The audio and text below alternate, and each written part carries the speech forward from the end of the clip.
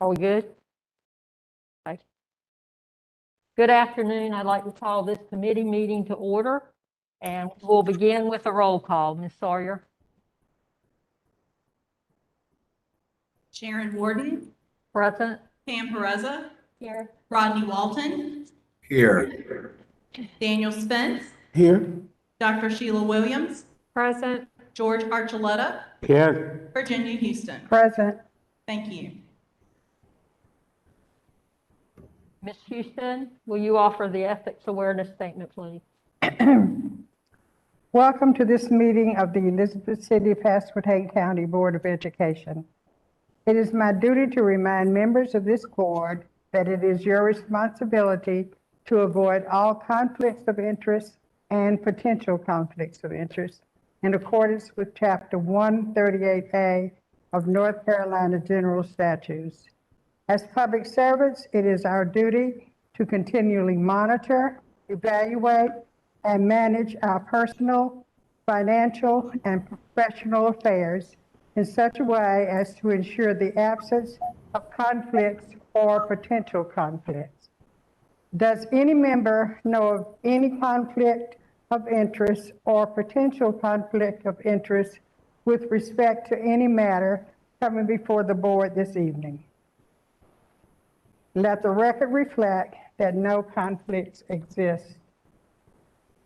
Thank you, Ms. Houston. I'd like to move to approve the agenda for October 18th, 2021 as presented. And I need a second for that. Second. Okay. Been moved and seconded to approve the agenda for October 18th, 2021. We take a roll call vote for that, please. Pam Pereza. Yes. Rodney Walton. Yes. Daniel Spence. Yes. Dr. Sheila Williams. Yes. George Archuleta. Yes. Virginia Houston. Thank you. Motion carries. The first item on our agenda is something that is extremely important, and that is the information regarding the superintendent search. And we have our representative from the North Carolina School Board Association, Mr. Jim O'Rourke. He has joined us virtually to speak to us about this and to entertain any questions that you may have regarding this process. Mr. O'Rourke, welcome. Yes, ma'am. Thank you. Thank you very much. It's a pleasure to be here virtually with you all this evening. My goal for tonight is to just provide a brief overview of our superintendent search process and answer any questions that you may have. In anticipation of this meeting, I did share a brief PowerPoint as well as a sample or draft timeline which outlines sort of the primary steps of our superintendent search process. The PowerPoint will go into a little bit more detail. I think there were also some general marketing materials that we had shared with you previously, just a brief memo about our search service, as well as a brochure. And then I think we've also provided a copy of our basic consulting agreement. And so just to kind of speed things up, I will rely mostly on the PowerPoint presentation. But certainly if you have questions about any of the documents that we've shared with you, I'd be happy to answer any of those. If you go to the next slide, please. So again, my name is Jim O'Rourke. I'm the new Assistant Legal Counsel here at the North Carolina School Boards Association. I do a lot of legal and policy work, and so with that said, I'll apologize for the bulk of your agenda tonight. I've been working on policies for your district since I started at the School Boards Association 7 years ago. And I think you've got a number of those policies on your agenda after this presentation later tonight. I'm one of 3 attorneys who make up our superintendent search team. Some of you may remember Nancy Fountain Black. She also continues to work on superintendent searches, as well as my colleague Sam Thorpe. And we've got 3 support team members who also work on the superintendent search service. Over the course of 20 years, the association has worked with 81 of all 115 school districts here in the state of North Carolina, totaling 183 superintendent searches. And if we were honored to be hired by this board to work on this superintendent search, you would be our 184th. I'd also want to point out that we are members of the National Affiliation of Superintendent Searchers. And so as members of NSBA, there are about 40 other states who do superintendent search work. And so that has been a tremendous resource to us as we get excellent candidates from across the country. And as we seek to get information about those candidates, some of whom we may not be as familiar with as folks coming to us from inside of North Carolina. And all of this really sort of represents the hallmark of our process. Our goal is really to get you good candidates, to get you good information about those candidates so that you can make the best decision possible for you, for your board, for your schools, and for your community. Next slide, please. So step one of the process is really sort of where you find yourselves now. You've, at this point, seem to be leaning toward doing a search for a new permanent superintendent. You've already appointed an interim. And if you decide to move forward with us, the sort of last part of this step will be us coming back to visit with the board. I think we recommend coming back at your board meeting in November to get started on the initial documents. And so for that part of the process, we would come with a draft vacancy announcement, an online application, online surveys, all of the tools that you need in order to get started on your search. Next slide, please. After that meeting, we would begin advertising the vacancy and recruiting for your permanent superintendent position. We generally recommend an application window of about 6 to 8 weeks. Since you all are getting started a little bit sooner, we can certainly extend that. We generally find, though, after about 8 weeks, the response rate starts to drop off pretty considerably. And so if you'll take a look at the timeline that we actually recommended, what we did was stick to sort of that 6 to 8 week time frame, but build in some additional time at the end so that you don't have to feel rushed as you go into some of the later steps of your process. Also as part of this meeting, we would get direction from you in terms of where you want to advertise, both within the state and nationally, and get a sense from you if there are any specific candidates that you would like us to recruit. Now, all of that would certainly be confidential, but we would encourage all of that contact to come through the School Boards Association so that we can be the point of contact between you as the board and your applicants and candidates. And that's just to protect the integrity of the process, but also to make sure that all of the candidates have a fair shot and all of the board members have access to the same information. No one board member has any direct or personal communication with candidates that the rest of the board doesn't have. Next slide, please. While, it can be fairly quiet while we're collecting applications. And so during that time period is when we would recommend that the board solicit some stakeholder input. Traditionally, this has been done through online surveys, which has been the most effective way of getting responses from your community and staff about what it is they're looking for in the new superintendent. We also encourage you to invite organizations within the schools and within the community to submit statements about what they think the board should be looking for in the new superintendent. And certainly you can also invite members of the community and your staff to come and participate in the public comment session at your board meetings. We will go into much more detail about the board's specific plan for stakeholder input when we come to do that initial documents meeting, and we'll help you sort of fine tune a survey that will elicit the most responses from, again, members of your community and staff. After that online survey period, we'll come back and present those results to the board and to the public, helping you come up with sort of the primary characteristics, experience, and traits that the board will be looking for in candidates as they move forward with the superintendent search process. And so Through that process and by receiving that feedback, you'll have an opportunity to develop a custom leadership profile that we will then use to help you kind of screen applicants and develop interview questions to use throughout the search process to make sure that you're really honing in on those things that your community and staff identified as being sort of the top things to look for as you move forward with your process. Next slide, please. The next step is gathering all those application materials that come in. Again, the board will have an opportunity to customize an application, so you'll get to select the short answer and essay questions that you think will be most helpful in helping you screen candidates. This isn't just a resume collection.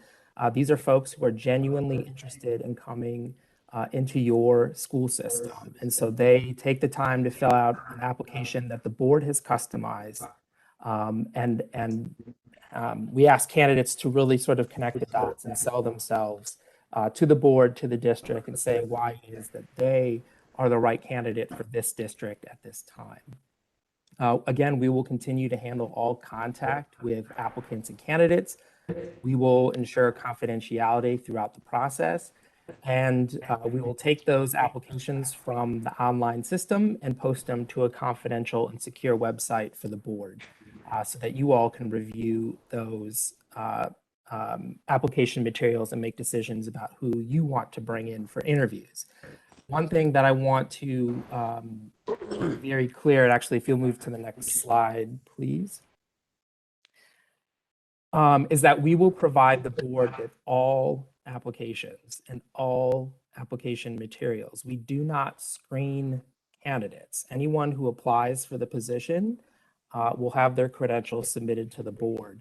And the board will be able to use some of the screening tools that we've developed to identify your top candidates. But again, we do not personally screen candidates. We strongly believe in empowering you as the elected representatives from your community to make this decision and providing you with all the information necessary, again, to make that best possible decision. So we'll provide you with an experience chart that sort of summarizes the various levels of experience that each candidate has within the public schools, whether they were a teacher, principal, worked in the central office, or maybe even have prior superintendent experience. We also try to highlight folks who may come from a military background or from a higher ed background or business background and give folks credit in case you're interested in some of those non-traditional candidates as well. We will come back to the board approximately 2 weeks after we've shared those materials with you, and we'll facilitate the board meeting to kind of narrow down that pool of applicants to sort, let's say, your top 10 or so. In terms of who you want to invite for an interview.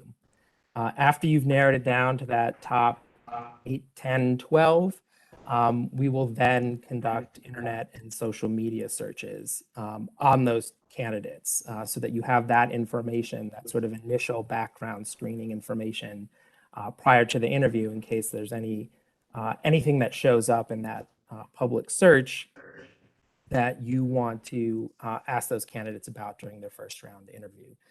We do try to provide information strategically throughout the process. And so one of the reasons that we do this just a little bit later is so that you don't have, in order to avoid making any discriminatory decisions. So having a photograph of someone as you're looking at their application and weeding them out for some discriminatory reason. So we provide that type of information a little bit later in the process.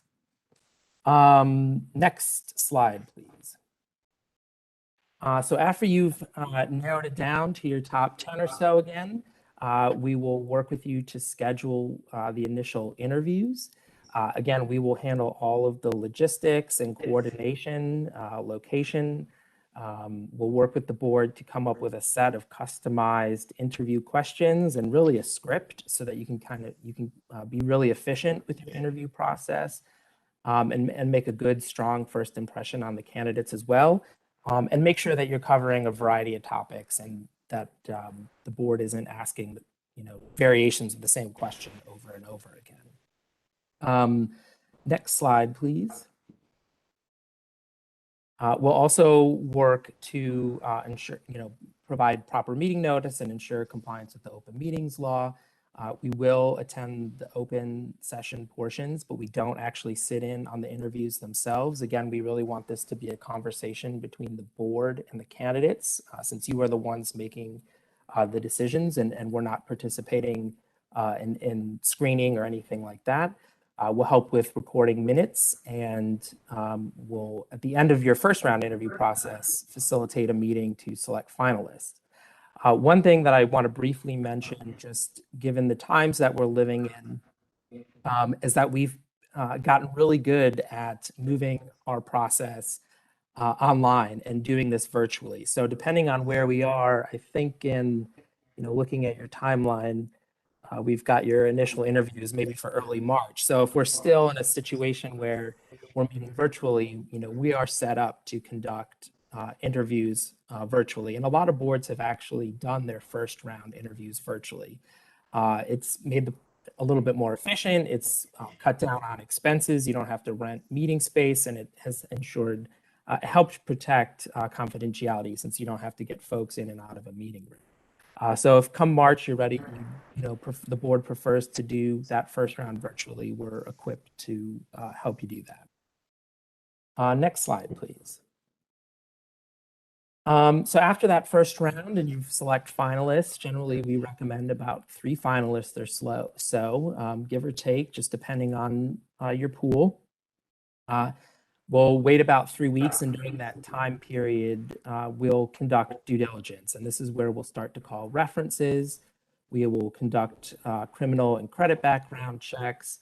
We'll verify education history, whether or not folks are on national criminal databases, things like that. And we also gather other information from the finalists themselves. They self-report salary information. We get copies of their current contracts. We get copies of their performance evaluations going back several years, just so you have all that information to compare to what their references are saying. And also at that time, we'll update internet and social media searches, just in case anything has happened in their district or to them professionally. Maybe they've been bought out in the interim or something like that. So we'll continue to provide you with current information that's available publicly. Next slide, please. And that all leads to the final round of interviews. Again, we generally recommend about 3. We will again coordinate all of the logistics and communicate with finalists. This round for most boards lately has been in person, so that would be identifying a meeting location, getting the candidates in and out, and ensuring confidentiality, and once again, compiling interview questions.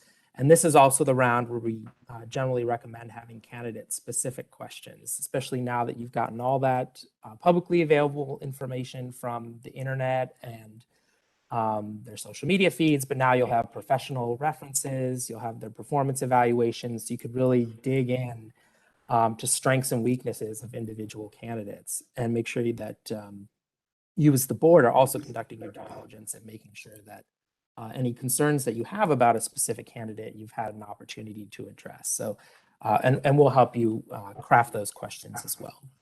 Next slide, please. So just like with the first round, we'll ensure compliance with the open meetings law. We'll take minutes. Again, we don't screen or sit in on the interviews. We really want that to be a final conversation between you and the candidates so that you can really narrow it down to your top choice. And at the end of that second round of interviews, we will meet with the board to narrow it down to your top choice. Next slide, actually, and help you narrow it down to your top choice, and then begin to discuss the terms of an offer alongside your board attorney. We don't represent you or usurp your board attorney's role here. We'll facilitate sort of that selection conversation, but then we'll turn it over to your board attorney to help with the particulars of the contract negotiation. This is also the stage at which we would send in sort of final regrets to anyone who didn't move forward in the process. We can provide sample superintendent contracts, as well as a copy of your past superintendent contracts, just again, so you have all of that information available to you to make a really competitive offer and attract the right kind of candidate for your school system. Next slide, please. And the last step there is helping facilitate the announcement and the board's public vote. This is, generally tends to be about 6 months after you've started the process. So we'll help put together a press release with all the basic, biographical, professional education information about your selected candidate.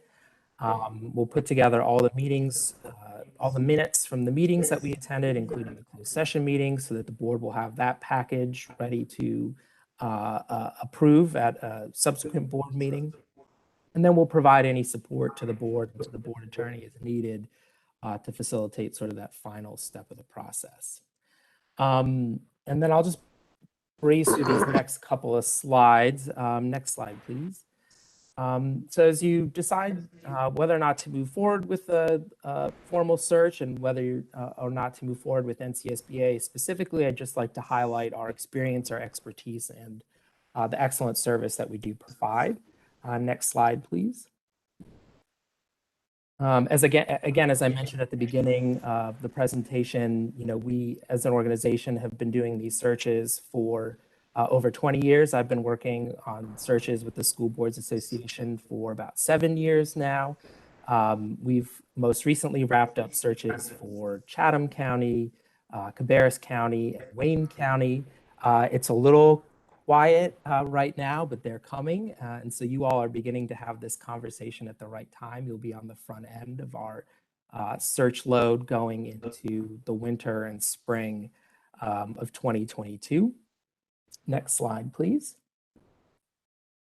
Again, as I also mentioned, we are all, at least the primary consultants are all licensed attorneys. And so not only have we been doing this for a long time, but we are well versed in the laws and legal standards that apply to doing this work. And so certainly, while we won't take the place of your board attorney, we will certainly avoid violating the law and those legal standards on your behalf and making sure that you have a really rigorous process, again, with really good, reliable information that you can rely on as you make decisions lawfully throughout the process. And next slide, please.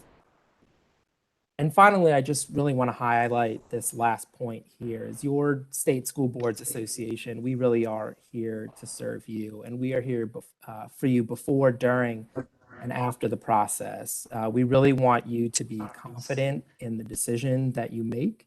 And again, our role is really to provide you with the best information process, a really thorough and efficient process, so that when you get to the end of your search, you can feel, again, really confident in the decisions that you've made throughout the process.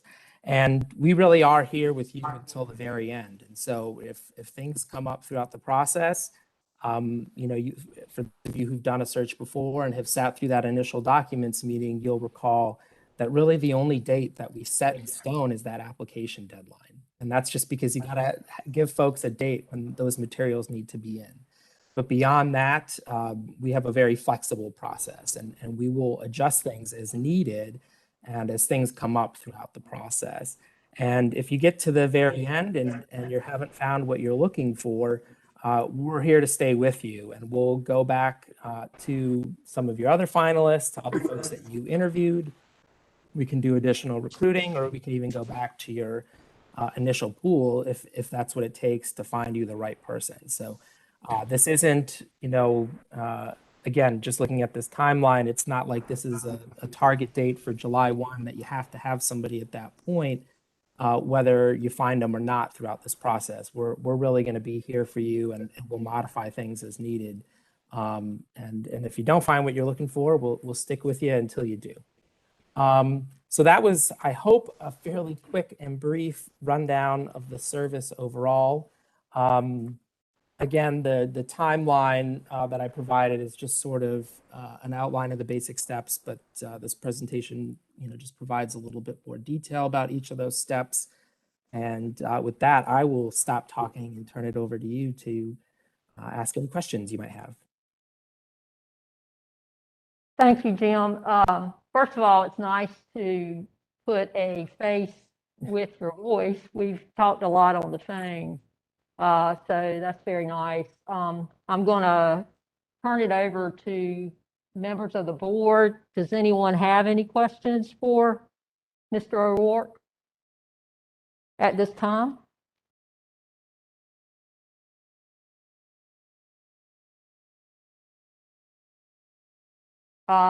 Specifically, our newer members, not trying to point you out, but you guys are the ones that have not gone through this process at all. So if you have any questions, please ask him at this time. I'm sure he can field whatever question you have.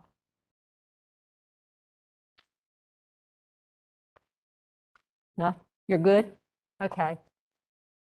All right, at this time, I'd like to make a motion to approve the consulting agreement as presented by the North Carolina School Boards Association for our superintendent search. And I need a second for that approval. Second. Okay, I've had a second, and we need a roll call vote. Pam Perezza, Yes. Rodney Walton, Yes. Daniel Spence, Yes. Dr. Sheila Williams,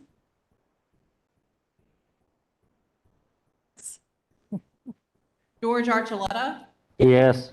Virginia Houston. Thank you. The motion carries. Okay, Mr. O'Rourke, we are looking forward to working with you and your organization to get a fantastic candidate for Elizabeth City, Pasquotank County School System.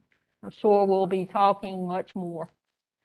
Yes, ma'am. We will we'll definitely talk again soon. And thank you to you and the board for the trust you've placed in us. And we promise to take good care of you and help you find a great fit for your schools and for your community. Thank you. Thank you very much. Have a nice Thank you. evening. Good night. Thank you. Okay, we're going to move on with our agenda today.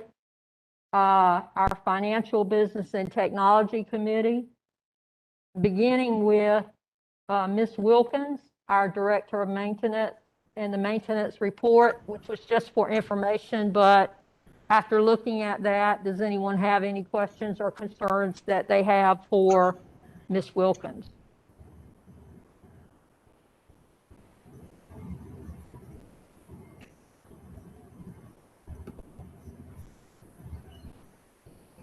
Okay, so we're going to move on to our Chief Financial Officer, Ms. Haynes, who is going to offer some information for us. Some that we are going to take action on as far as placing it on the consent agenda for Monday night's meeting, and another item we'll take action on tonight. Ms. Haynes? Chair Warden, Vice Chair Perezza, Interim Superintendent Dr. Ingram, and board members. So we'd like to begin the evening with the quarterly financial report. Attachment FBT02 in your packet is this quarter's report. If you look at the report, just go over a few things and point out. At the very top, shows what percentage of our revenue. As you can see, the majority of our funding. The next set of graphs on the report. Budget by purpose and budget by object. The largest portion of the budget is spent on instructional services and salaries and benefits. And then moving down to the bottom, these are actual expenses. So this is the two graphs at the bottom are actual expenses by purpose code and object code. Again, largest portion of expenses for the quarter have been on instructional services and salaries and benefits. So if you flip over to the next page, this is the data that drives the graphs on the front, and it also shows you which percentage is spent from each fund. Since we are 1 quarter into the year, we are pretty much right on track. The numbers here do not reflect a full quarter of payroll, so meaning we haven't had the largest payroll yet. Our largest payroll start in August and September and move forward. So that's why some of our percentages may appear to be a little bit lower, even though it's first quarter. Are there any questions on these reports?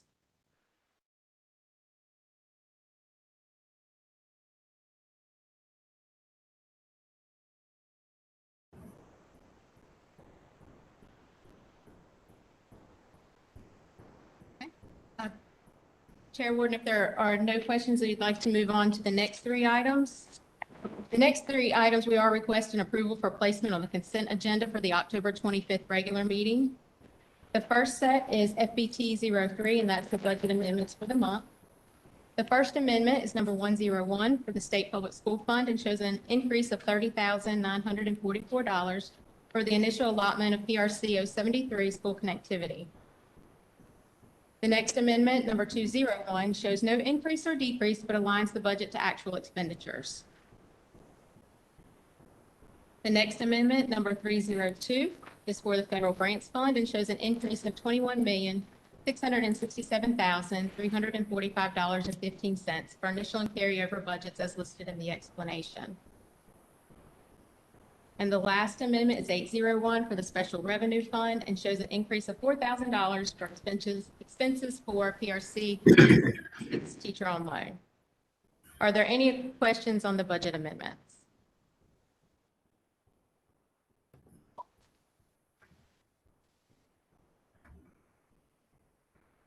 I'm going to call on my co-chair at this time to ask for a motion to put these items that Ms. Haynes has just explained on the consent agenda for Monday. So Rodney, could you do that for us, please?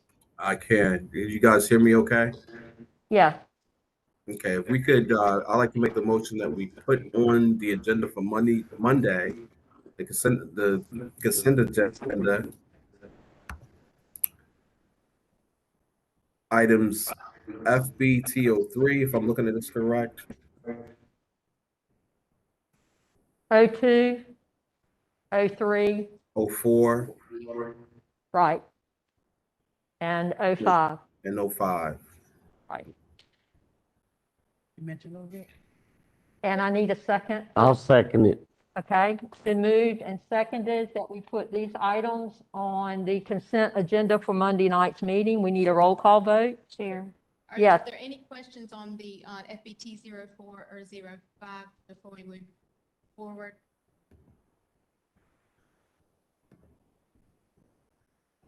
No, no, ma'am. FBT 02 is the finance report that's for informational purposes only. Oh, okay, I'm sorry.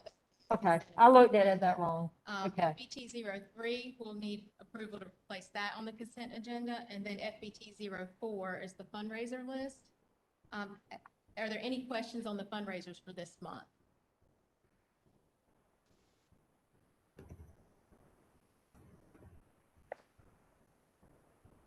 And if there are no questions on the fundraisers, then the final item for the consent agenda is FBT 05. It's the middle school camera system quote.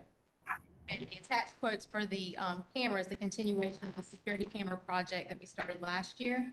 Last year, the security camera systems at all elementary schools were updated. The attached quotes are for River Road, CCMS, and HL Trigg.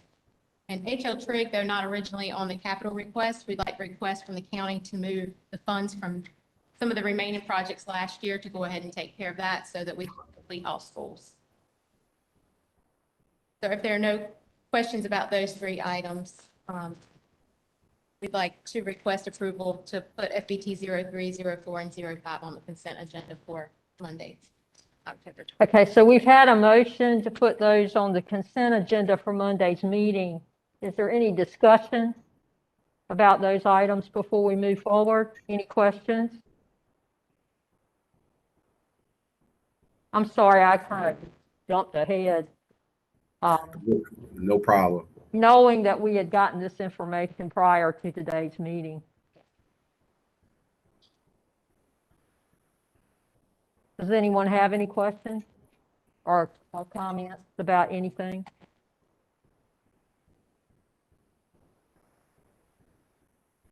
Okay, so it's been moved and seconded that we place these items on the consent agenda for Monday night's meeting.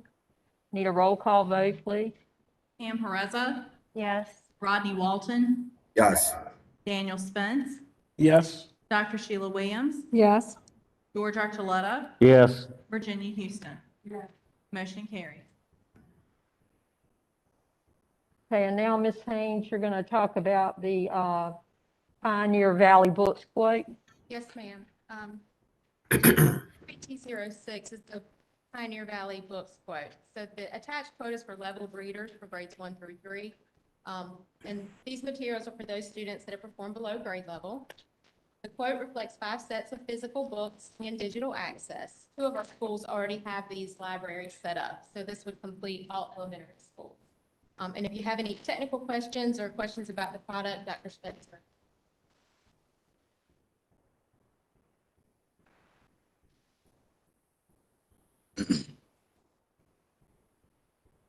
And if there are no questions, then Chair Warden, we would like to request the board take action on this evening so that we can place this order.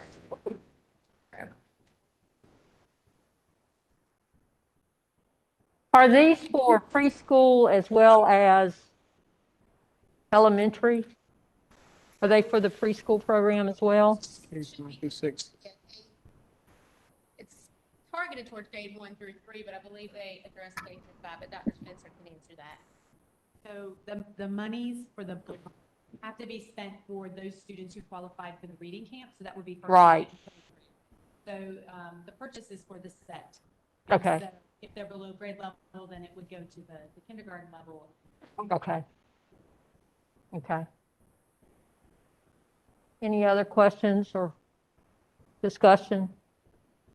Okay, so I need a motion from the floor to take action on accepting the Pioneer Valley book quote.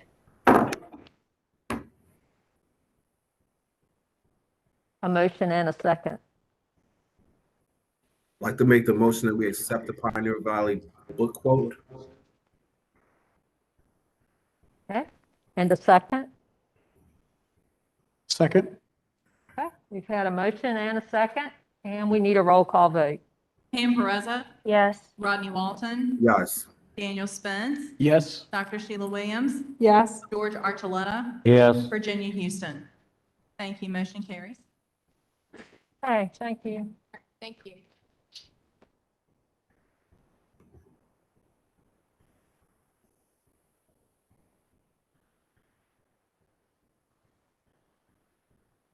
Okay, we're going to move on to the Personalized Education Committee.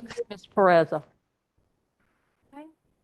We have Dr. Amy Spencer, who will begin the Consolidated School Improvement Plan presentations tonight. Thank you. Good evening, Board Chair Warden, Vice Chair and Committee Chair Perezza, board members and colleagues. Tonight, we have principals from 3 of our 13 schools here to present their Consolidated School Improvement Plans. These plans outline the goals and strategies for their school as determined by the data collected and analyzed at their schools by their teams. These areas are the focus for improvement for this school year. This evening, we will hear from Principal Moore from Elizabeth City Middle School, followed by Principal Ambrose from P.W. Moore, and finally by Principal White at Pasquotank Elementary School. We are asking that their plans be placed on the consent agenda for approval next week, and then they can be uploaded and approved to the state platform. So we will start with Principal Moore. Thank you.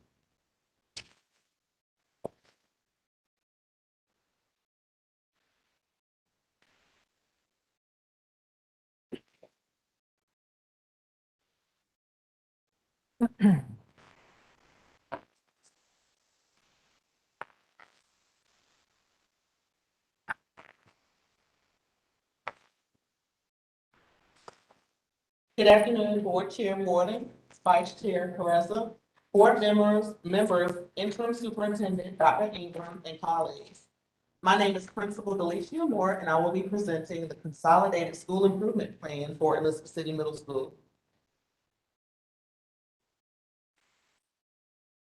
This is our school's data, and the state has asked us not to use this year to look at from year-to-year data, because of the circumstances surrounding COVID, and these declines are nationwide. Therefore, we are focusing on the already data to determine the school.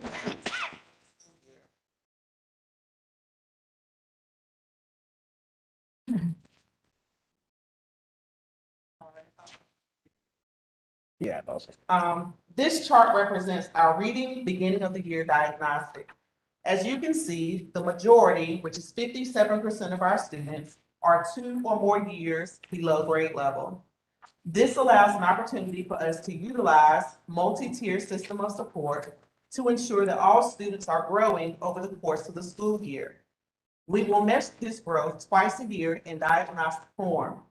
However, Tier 2 students highlighted in yellow will complete a 15-minute progress monitoring assessment every 4 weeks to measure growth throughout the year. And Tier 3 students highlighted in red will complete progress monitoring every 2 weeks. These assessments will also be the same for math. Elizabeth City Middle School has decided to utilize iReady because the data provided to teachers and support staff individualizes a plan for each student. It also targets the area of need and provides a plan of action. It helps to determine the stretch growth, which is the average points a child should have by the end of the year. This data helps to ensure our multi-tier system of support meetings are student-centered. Math continues to be an area of concern. We have 59% of our students that are 2 or more grade levels behind. We have added additional strategies to support all of our students.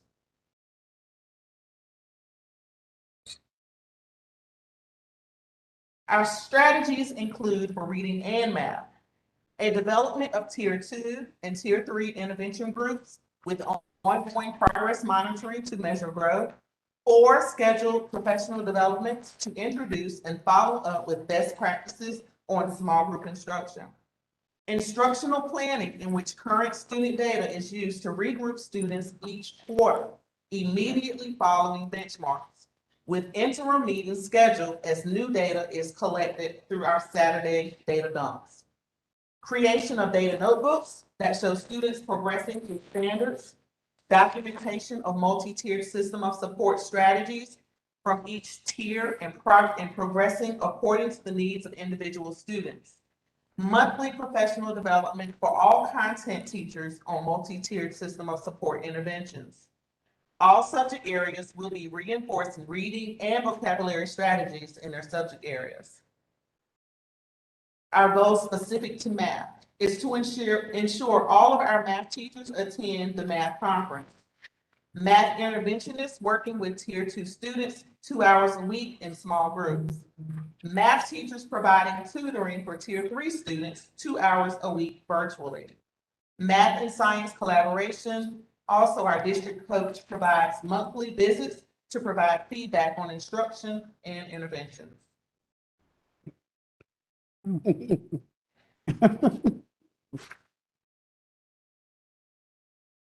Please try, let's read it.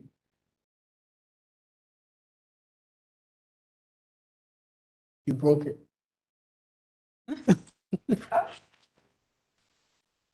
As good teachers, we know how to wing it. This data represents the attendance rate. You can see the impact COVID had on attendance. The teacher working condition survey highlights one question about bullying and how 60% of our teachers feel that bullying is a frequent problem at our school. Therefore, adopting a goal 3, 85% of students will be able to identify and define bullying behavior in the learning environment. And our strategies include survey students once per 9 weeks, educate teachers on how to identify bullying and school processes, a Title I event to educate parents on how to identify bullying and support their child, establish clubs for students to attend on a bi-monthly basis, and build student leadership opportunities for all students.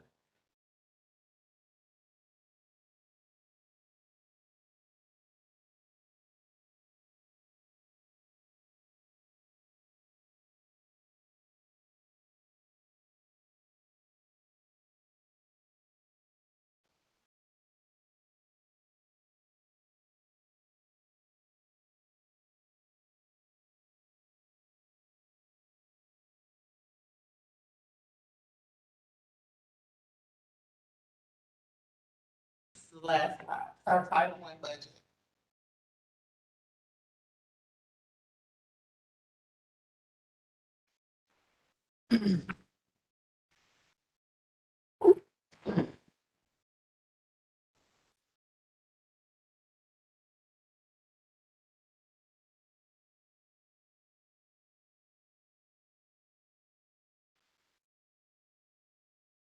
While he's working on that, I would like to publicly thank the Child Nutrition Program.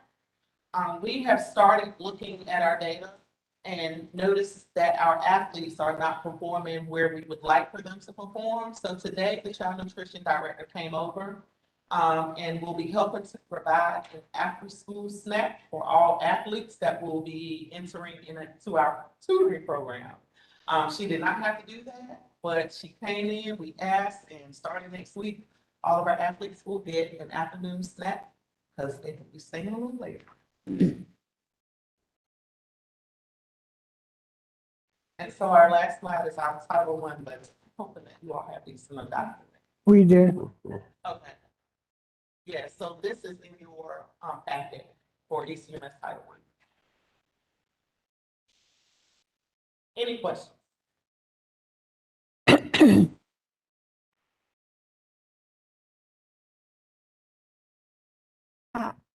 I know you have representation from parents on your Title I plan.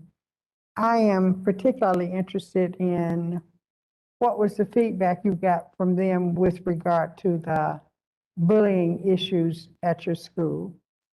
So I do a monthly powwow with principal board. And so it gives them an opportunity to share how they feel about processes.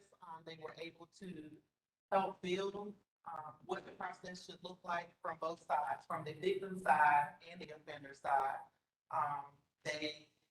The feedback came in wanting to make sure that they were notified every time. And that the timeliness is within a 24-hour, like they wanted to ensure that the child was not coming home before they got a phone call from the school notifying them that an incident had happened. So them being able to play a part in that, also understanding what the restorative practices in our building look like and understanding how we use that as part of the bullying process. So they appreciated that, and that helped to build that program.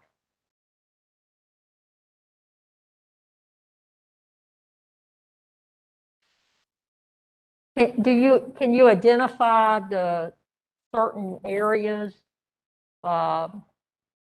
where that kind of behavior is occurring? Absolutely. Sixth grade. Middle school is new. We hear a lot of my child has been bullied all through elementary school. And so the biggest part is educating parents on what bullying truly is. They think that because I told you I don't like you, that's bullying behavior. So we do a lot of educating on what bullying truly is, what it looks like. We've had a huge success with putting not the victim and the offender in the room. And when I say that, I'm meaning in the sense that the victim has an opportunity to share with the offender how that behavior makes them feel. And it's surprising, the offenders are blown away when they don't realize that their behavior, how it impacts them. And a lot of times it's because that child has had prior trauma. And so just kind of magnify something else and trigger something else. So definitely when we see it more sixth grade. And your tutoring sessions for reading and math, when are those taking place? From 8:30 to 9:15. Every day or Yes, ma'am, every day. for both areas, reading and math? Yes, ma'am. We have a plan. Monday, Tuesday would be our tier 2 for reading, tier 3 for math. Then we swap on Thursday and Friday. And for students that are on grade level, we have an enrichment program where right now they will spend the next 11 weeks building rockets. And do you involve peer to help with the tutoring, or is it mostly Right now, one-on-one with teachers? right now, it's just like. Okay. And are you getting any feedback from parents with regard to student proficiency now in the tutorials that you're offering? So right now, with the progress monitoring, it's every 2 weeks for tier 3 and every 4 weeks. Last week was the first week. Okay. that we monitoring, so it will probably take us, at least another 6 weeks before we really see the impact. Using iReady as our progress monitoring, we have to explain to parents in looking at the scores where the target area, you may not see a complete jump in overall score. So we have to drill down to see if the skill that the student was working on, if they had a jump in that score. Then that's how we measure if a student is truly grown. So if we don't see that growth, then we begin to have a conversation with teachers, like what does that instruction look like? And how often are we doing it? And do we need to switch up that particular intervention that they are providing? So I do a lot of inspecting what I expect. So I am around 8:30 to 9:15 in every class. Okay. Okay, are there any other questions for Ms. Moore? Mr. Walton, you're good? Yes, I'm good. Thank you, Ms. Perez. Okay. All right, thank you, Ms. Moore. Now we have Ms. Ambrose. PW Moore.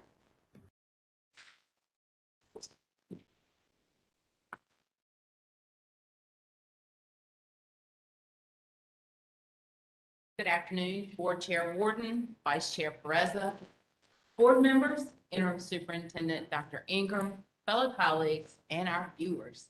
I'm Stephanie Ambrose. I'm the principal at PW Moore Elementary School, and I'm coming to you to share our Consolidated School Improvement Plan for the 21-22 school year. So at PW Moore, we have a student population of 371 students. 1% Asian, 60% African American, 10% Hispanic, 9% multiracial, 20% white. All of our students receive free breakfast and lunch. We have 24 teachers in grades kindergarten through 5th, 1 resource teacher, 3 self-contained exceptional teachers, 3 Connect staff, a media coordinator, instructional coach, and school counselor. We have 12 teacher assistants, 8 in the general ed population, 1 resource, 3 self-contained exceptional teacher assistants, a behavior coach, and a part-time technology.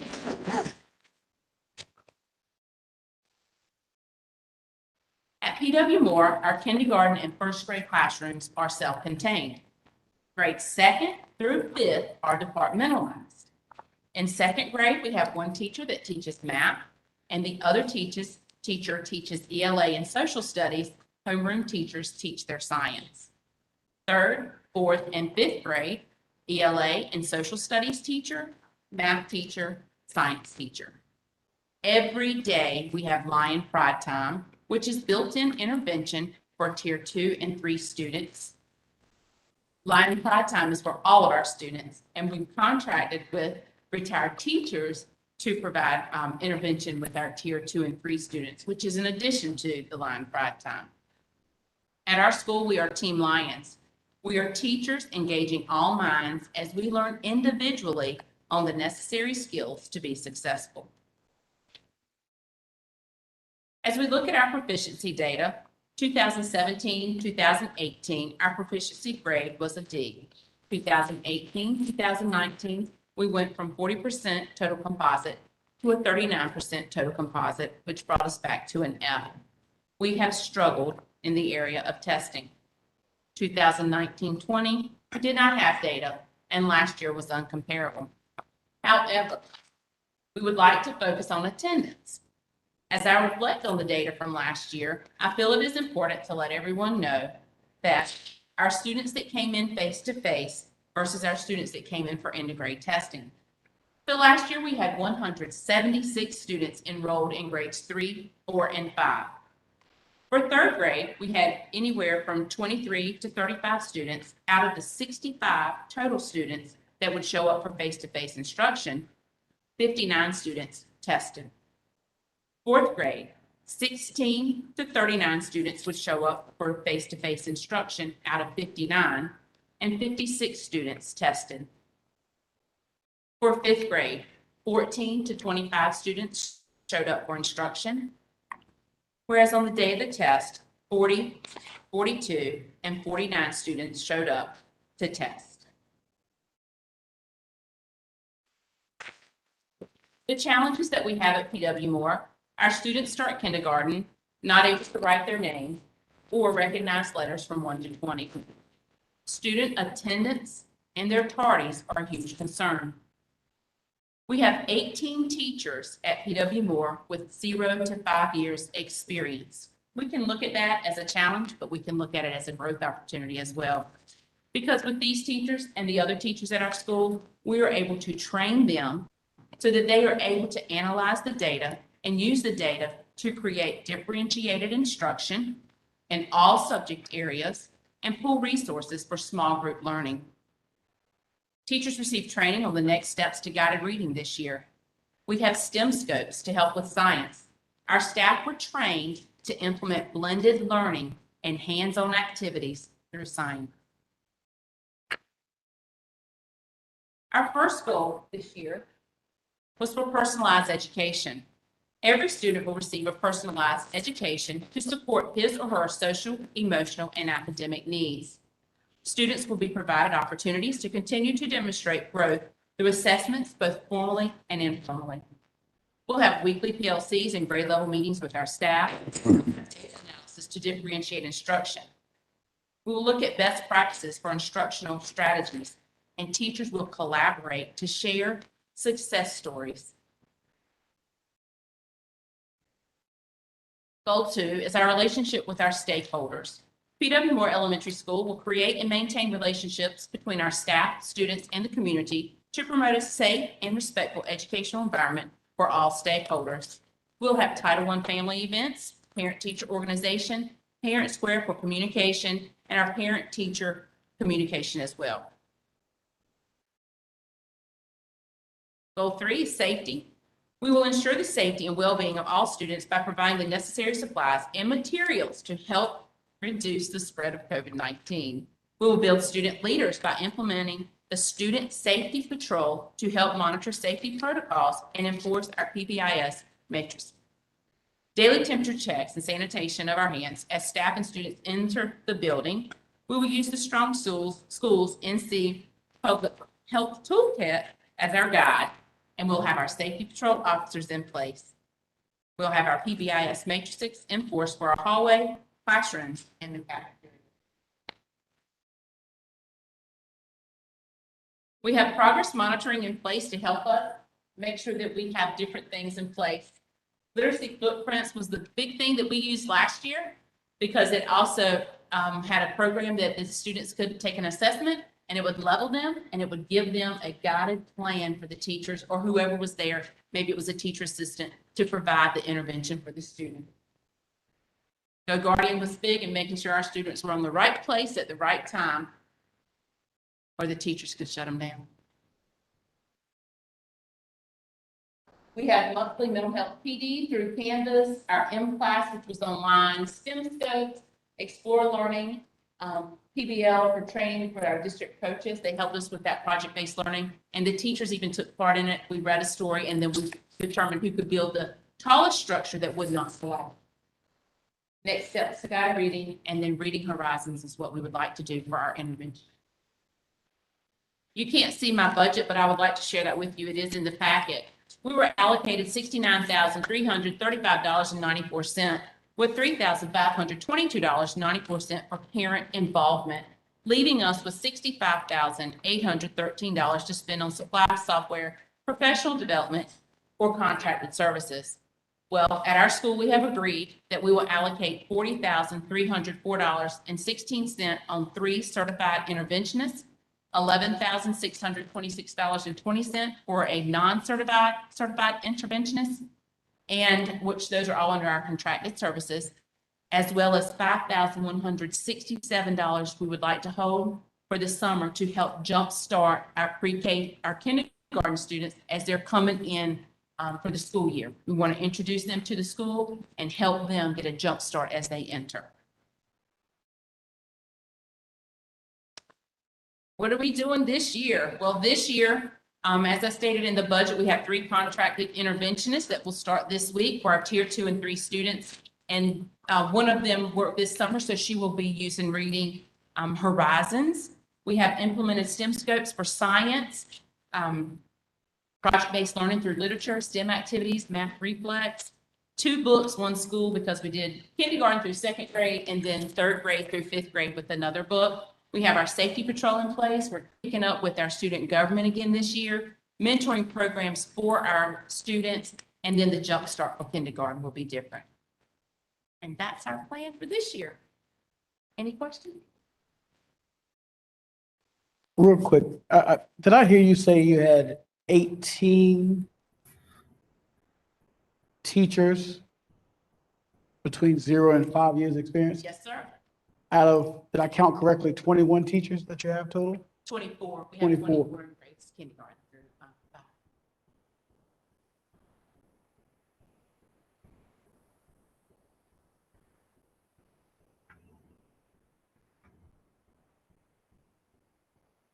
5. How is your staff doing?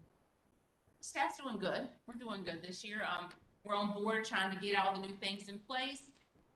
We've been doing observations, doing walkthroughs. You have to, as Ms. Moore said, you have to inspect what you expect. So we're having to go in to make sure the interventions are going on for the line track time. Make sure they're looking at the data, they're analyzing the data. You have to fill those holes where the children are before we can move forward. And I noticed that you, again, do parent surveys, and I know everybody's wondering why I keep talking about parents tonight, but I just know that the more they are involved in a positive way, the better our progress is for the students. So you say you have parent surveys. Just give me a general gist of what they include, and what do you do with them once you get them back and analyze them? So our last survey for our parent survey is the Title I survey to see what they would like to see for us doing with the children and the parents when they're involved, for our parents. They'd like to see. Help them. We're there for the children, but we're also there to help them. So these are things that we have to ask them so that we'll know.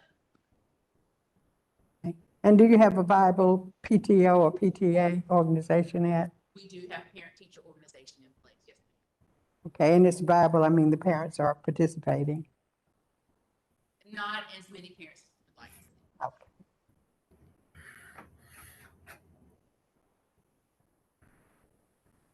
Okay, are there any other questions for Ms. Ambrose? Thank you. Thank you. And we will have Ms. White from Pacific Wellness.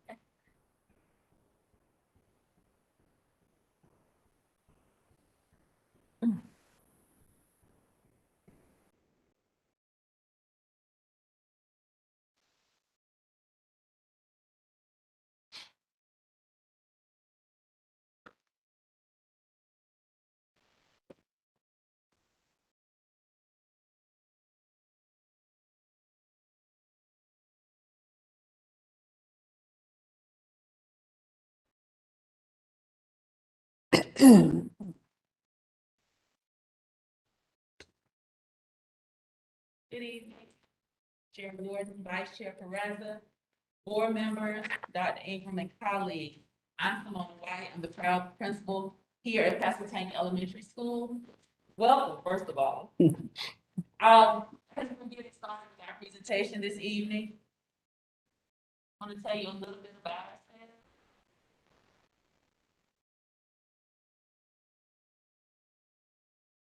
Who are we? We, of course, are a K-5 elementary school, about 260 students.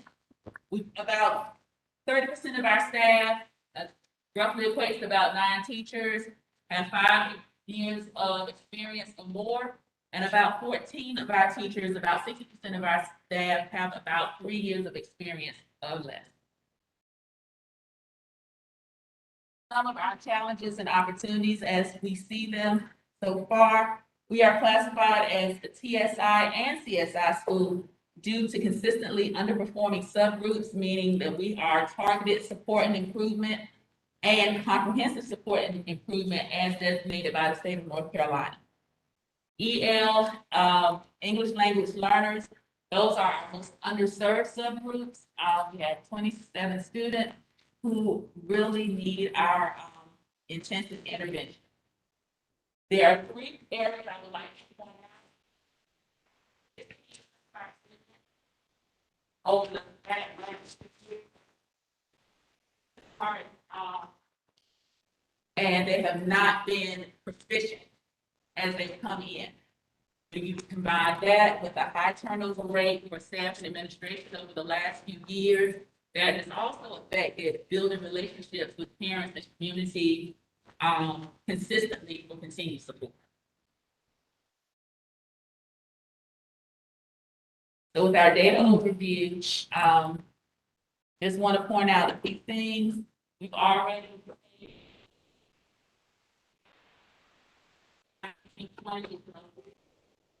2021. Also, that is data that is informational purposes. Reading 31.6, with math 13.7.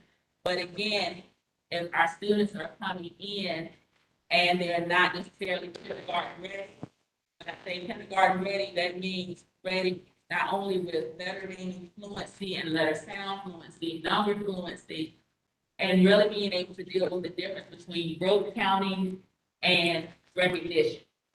So we're having those challenges along with, again, like I said, our differences in turnover, and that would lead to inconsistency in instruction.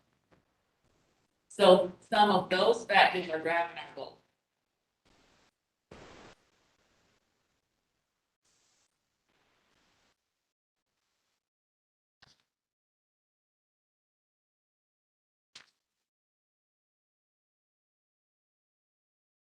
So goal 1, we're looking at small instruction all the way across, with reading and math ready, of course, is our core. But as soon as we're taking care of our core instruction, we go into guided reading and guided math all the way across. We're looking at vocabulary instruction. Students need to work with their vocabularies. And that is dealing with exposure to vocabulary ways. Professional development, as well as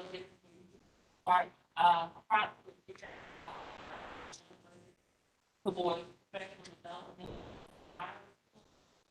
Looking at and that will be looking at our school tutoring as well as having the that we're looking to hire. And then our road runner time is time that is built into our schedule every day, about 45 minutes, and that time is split 2 ways. There's a K2 portion and a 3-5 portion. The K2 portion looks at a lot of phonics instruction, and that 3-5 portion looks at a lot of phonics and comprehension.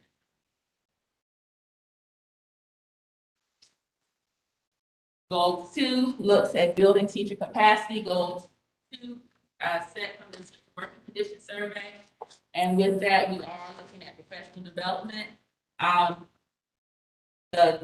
That's about $2,700. Our title trying to do data interpretation, of course, doing our data digs after our benchmarks. Also looking at our data at our 4.5 trying to help the teachers with decision making and application of the data that is being collected, along with other offerings as well. Goal 3 is a positive school environment that is also taken from the teacher working condition survey. Multi-tier systems of support, growth mindset, again, looking at that fixed mindset versus the growth mindset. And one thing that we found working with our students is we got to pour into them to get them to believe what they actually can do. You're stuck here, and this is what only believe you can do, this is as far as you can go. The more that we're encouraging them to move a little bit further, the more that they will do. When we're dealing with social and emotional learning, that was also, something that was a need for us. We're just trying to teach them about positive interactions and communication itself. One thing that was, our staff is looking at student and staff celebrations and acknowledgement, bringing, some of those things back into play, as well as community involvement in Title I events, which would be approximately $3,000 of our Title I budget.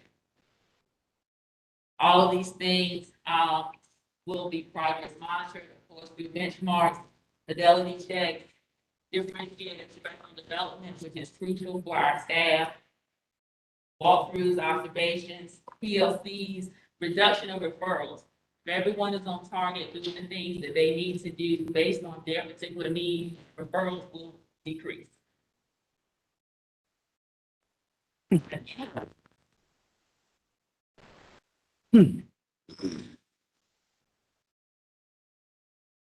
Are there any questions for Ms. White?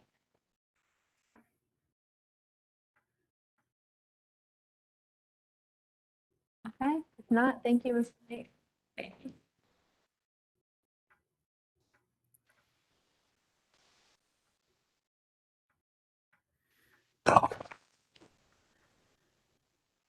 Vice Chair Perez, that concludes the principal presentations for this evening, and we are asking that their plans be put on the consent agenda for next week.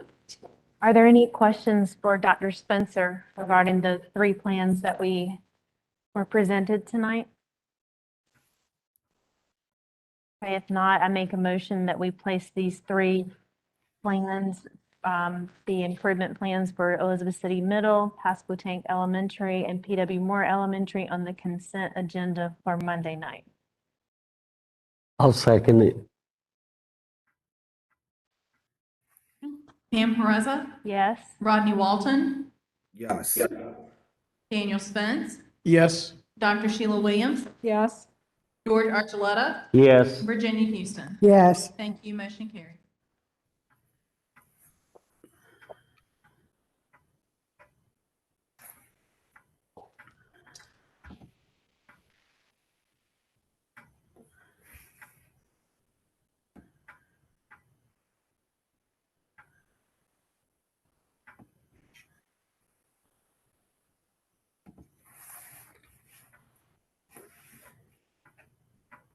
Good evening, Chair Warden, Vice Chair Perez, Dr. Ingram, and members of the board. My name is Cassandra Young, or most of you know me as Sandy. I am currently serving as the lead nurse for the school district.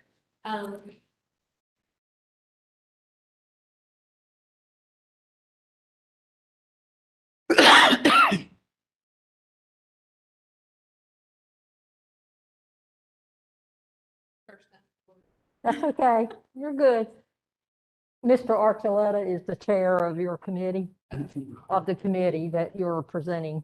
So, As she already said, we have Cassandra Young, who's first, and Amanda Mead is with her, and they're going to give us a presentation as far as COVID-related stuff and a report on that. So you have it.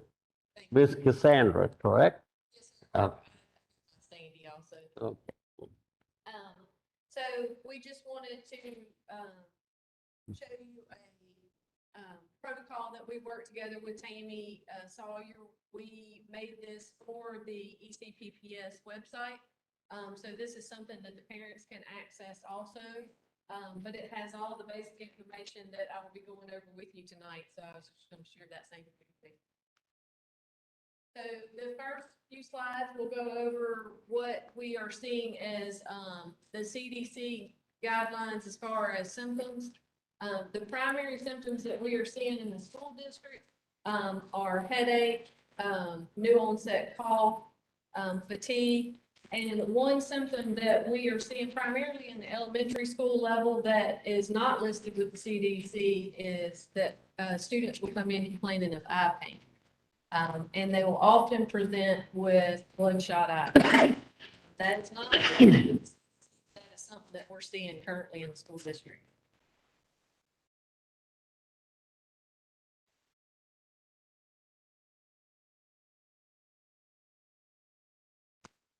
You can't really see here, but I was just gonna go over the basic differential between isolation and quarantine.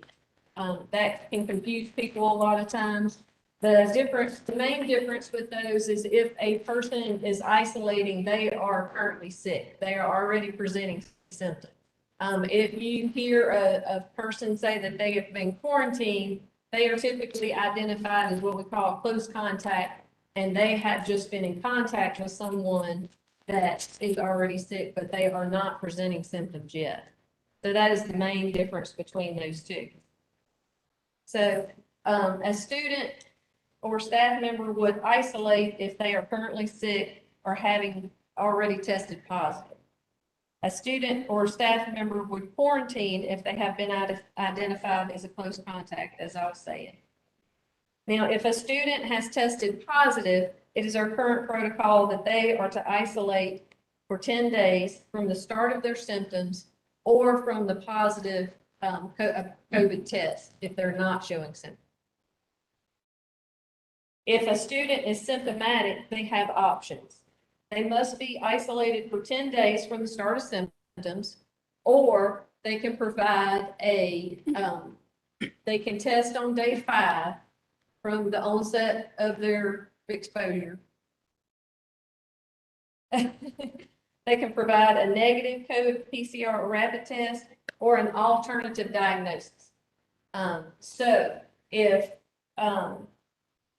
they have already been identified as symptomatic and potentially a COVID patient or student, then they have that option to go ahead and be tested.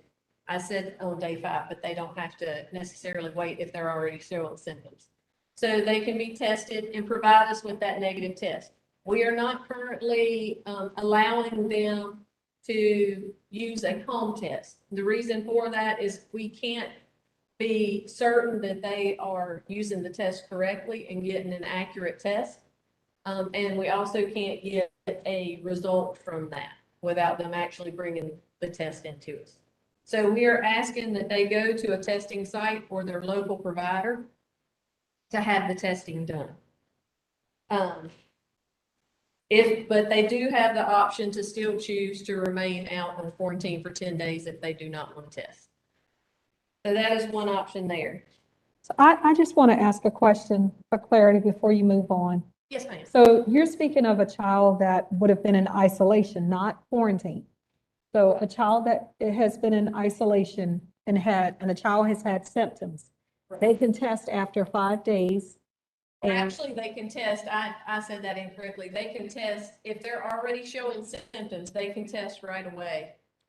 So we give the parents that option or the staff members that option, that if they are already showing COVID-like symptoms, and we have identified them as a potential COVID positive, or presumed positive, then they can go ahead and test and provide those results with us. And if they, but where that gets a little sticky is if they provide that test to us, they also then have to follow the current protocol, and they have to be fever-free, vomit-free, things like that for at least 24 hours before we turn into the school.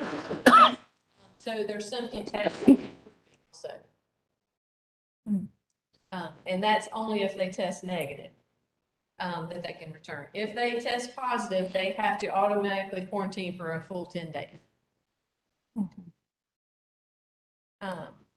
Now, the next quarantine, or the ones that would be considered quarantine, would be a close contact. A close contact is someone that has been within 3 feet if they're a child or student, or 6 feet for adult, which would be our staff members, of an infected person for a cumulative total of 15 minutes or more over a 24-hour period. These individuals are asked to quarantine for 14 days, which is the CDC gold standard, as they call it. from the last contact with that individual that they were exposed to. So they could potentially, in that circumstance, if, a good example is if they have a mother who has tested positive, then the child or the student would automatically be identified as a close contact. Since that student, if they are, since they can't quarantine away from their mother, then they would have to start their 14-day quarantine on the mother's day 10. And that's to give us ample time to make sure that they're not going to become symptomatic over some point in time. Now, we are allowing staff members only, if they are identified as a close contact. We are allowing them to test on day 5. That's where I got myself confused a while ago. They can test on day 5, and if they test negative, they can return on day 8. They still, by CDC standards, they have to quarantine for a full 7 days, but they can return on day 8 if they test negative, and they can provide a negative test. But we are asking that the student population quarantine for a full 14 days. There are different reasons why we have made that decision. In the beginning, we did start the process, the school year, with the idea that we were going to do a 10-day quarantine only for close contacts. However, quickly into the school year, we realized that we had a huge spike in numbers. So we collectively got together as a nursing group and made the decision that we would hold to the 14-day gold standard by the CDC as a safety precaution. That's a question. So the reason you're doing 8 for staff, is it 8 for staff? They can test, they have to test on day 5 or after. And if they test negative, then they can return on day 8. And this, but students cannot do that still. No, sir, we haven't moved that yet. We did get together as a group and discuss, because we had that spike, but then we started to see it level off, and it's leveling off now. But our concern at this time is that we're moving into the holidays, and the state level and also the local health department are already predicting a spike with the holidays. So our current plan is to hold with the 14-day quarantine for close contacts and then reevaluate after the holidays. Is the spike only happening with the students, or are they happening with the staff as well? We're seeing it primarily with the students. We haven't, a large population of our staff has been fully vaccinated, and we have seen them, it's not affecting the staff as largely as it is the student population. And that is the difference from last year to this year. Last year, it was mostly affecting adults. This year, we're seeing it primarily affecting children, this particular variant.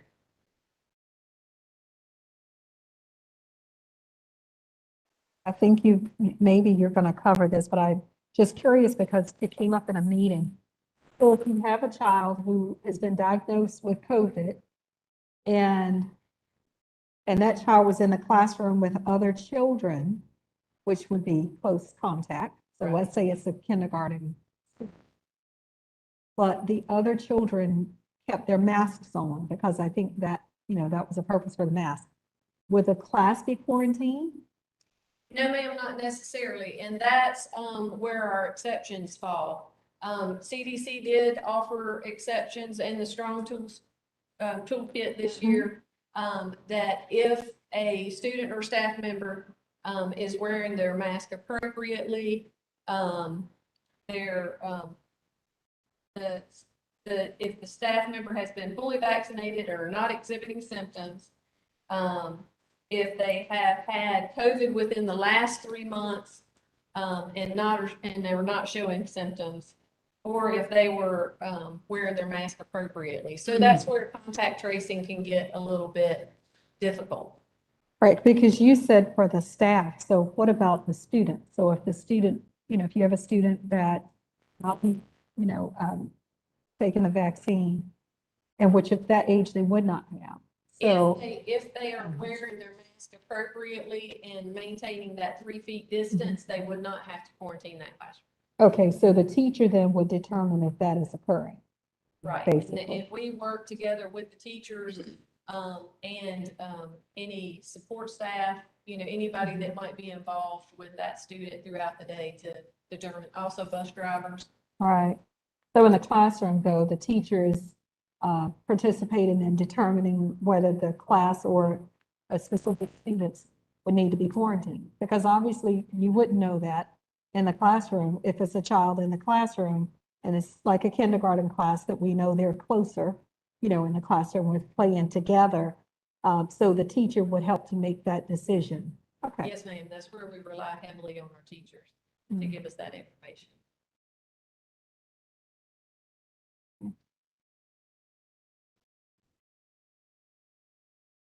And one of the reasons I didn't share with you that we made the decision to keep the 14-day quarantine also is we had a local provider reach out to us with their concerns about the influx of students coming that were considered asymptomatic. In other words, no symptoms, but they were just trying to get back into school sooner. Now we are moving into where we have more testing options. We have testing sites with the local health department, and we have a contracted site behind the old ECMS now that are free sites for parents to take their children or staff members to go be tested. And that is helping our process. However, we still recommend moving into the holidays that we hold steady, for lack of a better word, at this point until we can see what's going to happen with holidays. Because now we're hearing that the governor has opened it up where we have Halloween and everything. So we don't know what's going to happen over the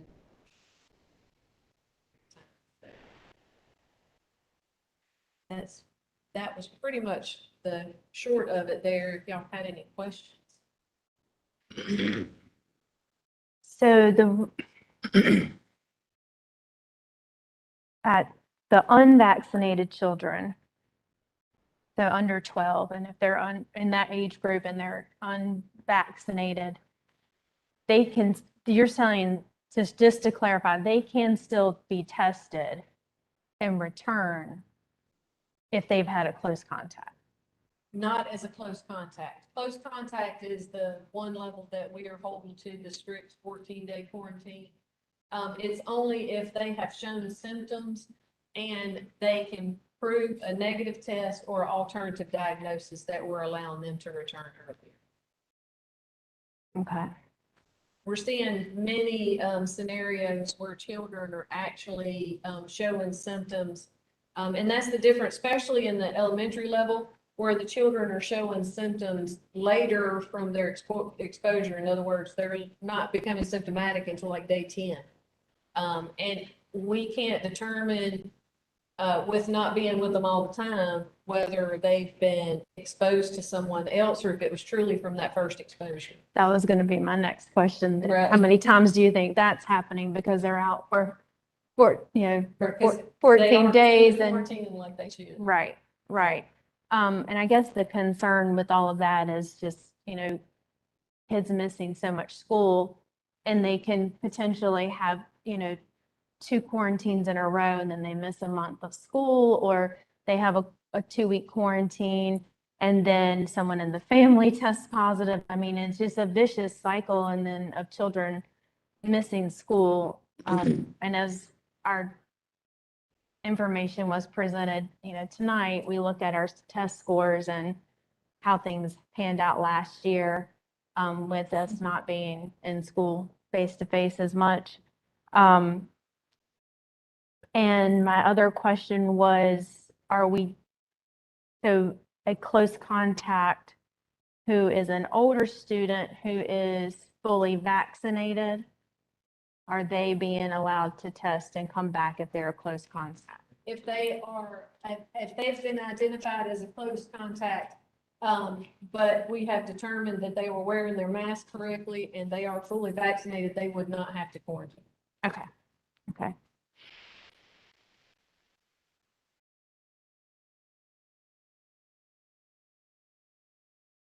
We also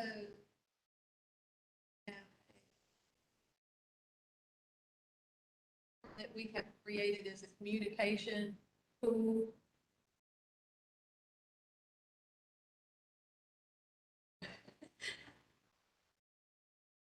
This is the communication tool that we are using with parents to help them better understand, because it can get so confusing with so many scenarios and so many factors. So we give this to the parents and we check the appropriate box for what that student falls under, whether they're close contact, a presumed positive, or a positive. And it will give them step by step what their process will be from that point. So can you clarify again? So every student gets, who gets that form? If we have identified them to isolate or quarantine, yes, sir, they will get that. Their parent will get Who that. gets that? The parent gets it? We will send it home. And Oh, if,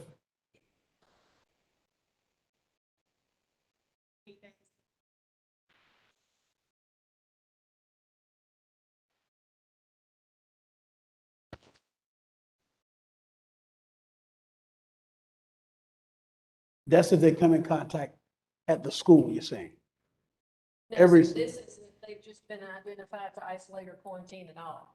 I can say our primary exposures that we're seeing are coming from the community into the schools. We have seen some small variations of what we call secondary transmission, which means the positive would be identified that has come to school and then they've passed it. We have seen some of those scenarios, and in those scenarios is when you would see that we would quarantine a classroom if it's deemed necessary. When do we start doing this? We've been following this, the letter, form. we just started this process. But Oh, we've been following this protocol all year. The letter, when do we start doing the letter? Last week,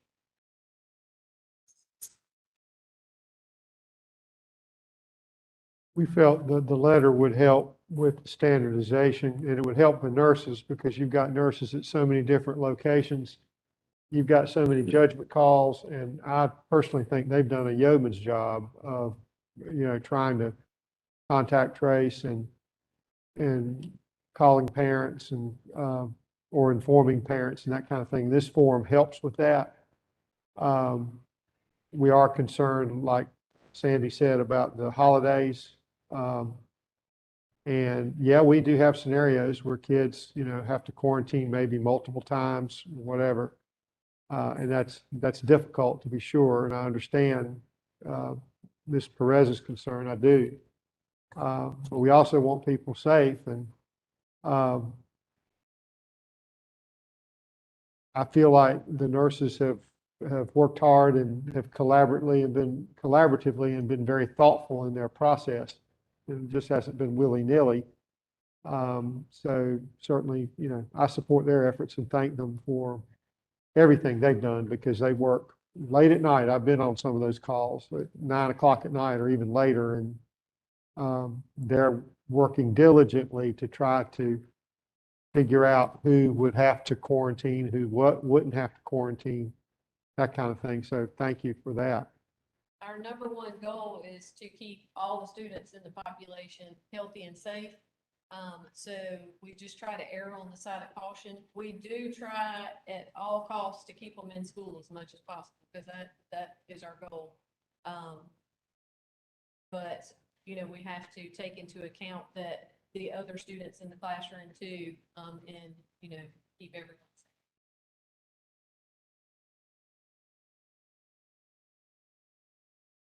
How do your nurses feel about the buildings and mask wearing, how we're doing with them? There's some frustration, not from, I wouldn't say from the admin level, but mostly, especially the high school level, the students there can be a little bit defiant. So we're constantly having to remind them, to properly wear their masks. Most of the frustration for the nurses is coming from the parents and the parents' frustration with quarantine. And, we completely understand. We know their struggles with, work and things like that, and we try to work with them as much as possible. And as I said before, our plan is to, after the holidays, reevaluate, and if we can bump down to the 10-day quarantine and, at least have that option, we'll definitely do that. Important point, Ms. Pereza, and we have voiced that message to our principals in our weekly principals meetings. Also, I put out a written memo stating that the board vocally supports discipline of mask wearing because it's your mandate for staff and students. And I also put out a written memo in addition to the verbal and copied that to the nurses so that they see that, we are serious about that. And in conversation with one principal this last week during his evaluation conference, he had suspended a student for 3 days for not wearing a mask properly. Now, again, we're not going to suspend someone whose mask slips down and they readily put it back up. We're not talking about that. We're talking about that defiance and no, I'm not wearing it, or I don't care what you say.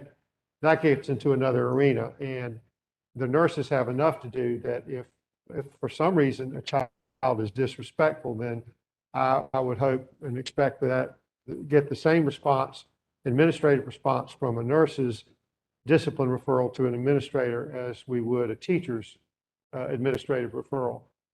We don't want to be Attila the Hun with masks, but you have also charged us as a board with wearing masks. So we're going to do that, and that includes students and staff. Now, we don't wear them outside necessarily, but we certainly encourage them if they're too close. I go to outside events all the time. I don't wear my mask outdoors, but I'm also usually, I'm always really positioned so that I like to stand on the sidelines at football games, although I stand probably back a little 2 or 3 yards further than I used to. I don't move as fast as I used to, so I don't want young kids bowling me over. But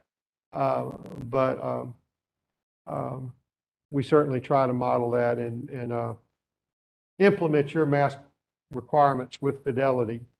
But it's hard because wearing these things all day long is hard. And but I hope our administrators are, I know that they are, because we've got some of them sitting over here, and I know that you're addressing it because I've had some individual conversations with each of you, I think, at one time or another over individual mask issues at your schools that you've dealt with. So I appreciate your support at the school level. I'm just curious, are you allowed as nurses to speed the process a little bit and do like a rapid test on a student that says they're sick? And that way, if you can do the rapid test and check it, then you can advise them to, and it already in process, I guess is what I'm trying to say. The nurses in the school district are not currently doing any testing. We did reach out to a contract company called Mako, and we have looked into that, but currently the school nurses are not testing. We are sending them to the site with the local health. Is it because you're not allowed to, or what's the? No, sir.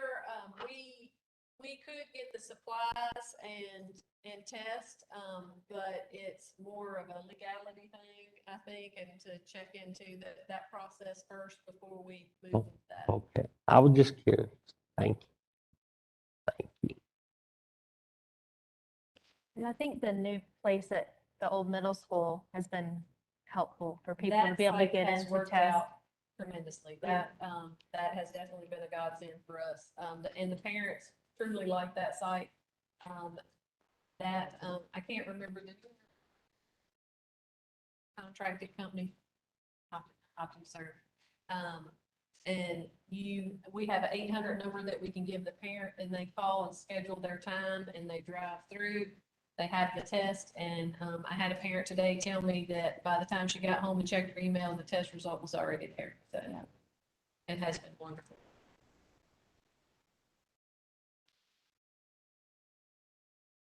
Tammy was saying she has that on the ECPPS website as well. Any other questions? I just want to thank you for all the Yes. hard work that you're doing. And I know it's hard, but we appreciate it. You truly are, you stepped up to the plate during a very unusual time for all of us, a very challenging time, and we do appreciate it. So thank you very much for all that you do, and please pass that on to your nursing staff as well. Thank you. Thank you both, Ms. Young, Ms. Mead. Thank you. And now we'll move on safety, and our interim superintendent, Dr. Ingram, is going to go ahead and present that part of it. Thank you, Mr. Archuleta, board members, members of the staff, people streaming in at home, watching. This report's a little bit shorter. I'll do a fuller report next week. But this is just about safety. We are planning to roll out a clear bag / no bag policy for athletic events and potentially other school events in the near future. We don't have that specific timeline down yet because we're discussing the matter internally, and we have to have a robust public relations campaign for it to be very successful. It is being implemented in other places now, and quite frankly, pretty popular. And there are some school districts nearby that we compete with that already have this policy in place. And it did work well in my previous district. So, but we want to message it well. And again, it's for the safety of all concerned that come to our events. We want everybody to have a good family experience and a good time, and that extra measure of safety makes people feel better. We are also planning to expand the use of our metal detectors to include school entrance for our middle and high schools in the near future. Same reasons I just mentioned. We want to carefully message this as a proactive approach, not as a stringent reactive approach. We think it will keep we have implemented metal detectors at our football games. They've been received pretty well by our public. No real pushback on that. I know they're not perfect. It's not going to get, but when you just can't slap them in front of a school tomorrow and say, well, let's do it, because you have to figure out how it's going to be manned and watched and monitored. Just won't tell you the whole story and bore you with that because I want to be brief. But a former principal at Northeastern High School who actually hired me, he passed away a couple years ago, sadly, but he had an incident at a high school in Myrtle Beach where he was principal. And after the incident where a gun discharged and the bullet didn't hit anybody, but the bullet hit a cinder block wall and then injured the SRO officer. And that principal, I had dinner with he and his wife about 7 years ago. We had a playoff football game down there in Myrtle Beach, and he described the fear.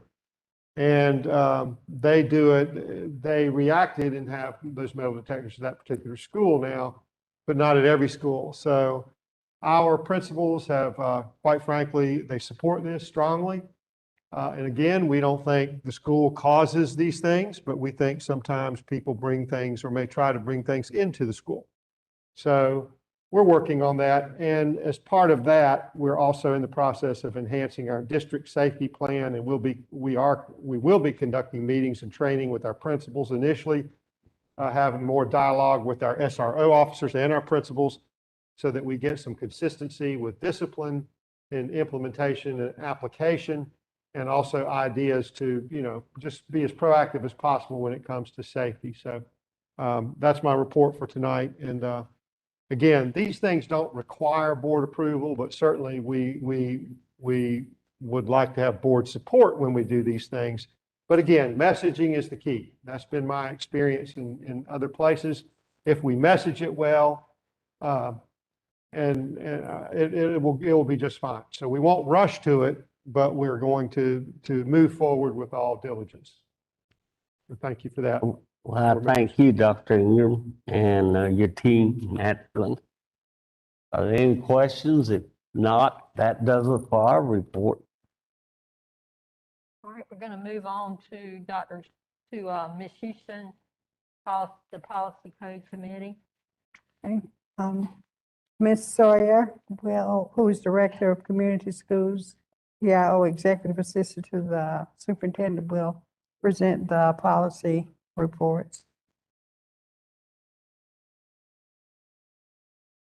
Good evening, Chair Ward, Vice Chair Perez, Committee Chair Houston, Interim Superintendent Ingram, board members, and community. I come before you this evening to share policy 4231, 5021, 7263, face coverings. As required by Session Law 2021-130, Section 10, as you are aware, boards are now required to revisit the adopted policy on a monthly basis, which we did adopted last month.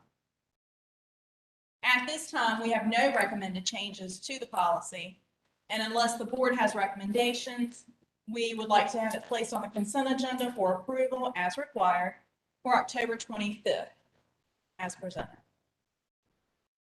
In addition, I've also shared policy updates with you as recommended by the North Carolina School Board Association. These are for your initial read only, and no action is requested at this time. Staff will bring any edits to these policies to you during November committee meetings for your consideration so that we can adopt them at our subsequent board meeting. Committee Chair Houston, that concludes my policy presentation this evening. Okay. Madam Chair, I'll move now to place policy PC 014-231-5021, 7263, face coverings on the consent agenda for Monday. Is that correct? Second. Moved and seconded to place the policy PC01 on the consent agenda for approval at Monday night's meeting. Any discussion? Okay. So we will take a roll call vote. Pam Pereza, Yes. Rodney Walton, Yes. Daniel Spence, Yes. Dr. Sheila Williams, Yes. George Archuleta, Yes. Virginia Houston. Yes. Thank you. Motion carries. Is there anything else that anyone has for this committee? If not, that concludes our report, Chair Ward. Right, now we'll turn to Dr. Williams, the Chair of Excellent Educators, who will take us into closed session. Okay, this is a motion for the board to go into closed session as allowed by NC General Statute 143-318-11A6 for the purpose of considering one or more personnel matters that are confidential under North Carolina General Statute 115C-320 and is allowed by NC Statute 143-118-11A3 to consult with the board attorney regarding matters protected by the attorney-client privilege and to preserve that privilege. I second it. And moved and seconded. And we will take a roll call vote to go into closed. Pam Pereza, Yes. Rodney Walton, Yes. Daniel Spence, Yes. Dr. Sheila Williams, Yes. George Archuleta, Yes. Virginia Houston. Yes. Thank you. Motion carries. Thank you. Okay. While persons are clearing out, if you want to take